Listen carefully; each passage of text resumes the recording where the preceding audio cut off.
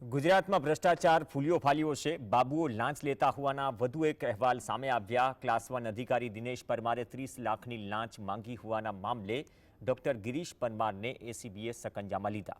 એસીબીએ doctor Girish પરમારને 15 લાખની લાંચ લેતા તેમના ઘરેથી રંગે હાથ પકડી પાડ્યા।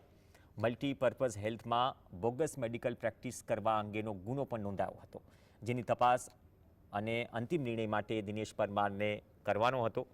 આરોપી દિનેશ પરમાર આરોગ્ય અને પરિવાર કલ્યાણ વિભાગમાં અધિક સચિવ તરીકે ફરજ બજાવતા હતા। 30 લાખ નહીં આપો તો નોકરીમાંથી કાઢી દેવાની તેવી બાંહેધરી આપી। ગિરીશ પરમારે ફરિયાદી સાથે બીજી વખત મીટિંગ કરી।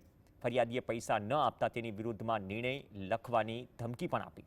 અંતે ફરિયાદી સાથે 30 લાખ નક્કી થયા અને પહેલા 15 લાખ લેવાનું નક્કી થયું। ફરિયાદીએ એસીબીમાં આ અંગે જાણ કરી। એસીબીએ ગિરીશ પરમારને ઝડપ્યા, જોકે મુખ્ય આરોપી દિનેશ પરમાર હજુ પણ પકડાયો નથી।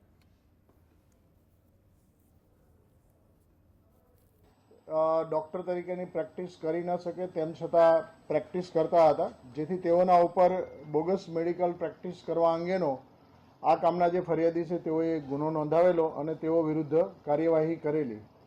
જે કાર્યવાહીથી નારાજ થઈ અને જે તે સુપરવાઇઝરે જે તે વખતે આ કામના જે ફરિયાદી છે તેઓ વિરુદ્ધમાં એક અરજી આપેલી અને કહેલું કે અમે તેઓના કહ્યા મુજબ ન કરવાને કારણે અમારી ઉપર ખોટો ગુનો દાખલ કરાવેલો છે। અધિક સચિવે પોતે ડૉક્ટર ગિરીશ પરમાર સાથે રાખી અને મિટિંગ કરેલી છે અને 2 વાર મિટિંગ કરેલી છે અને જેમાં તેઓએ નાણાંની માંગણી કરેલી છે તે અંગેના પણ પૂરતા પુરાવા છે।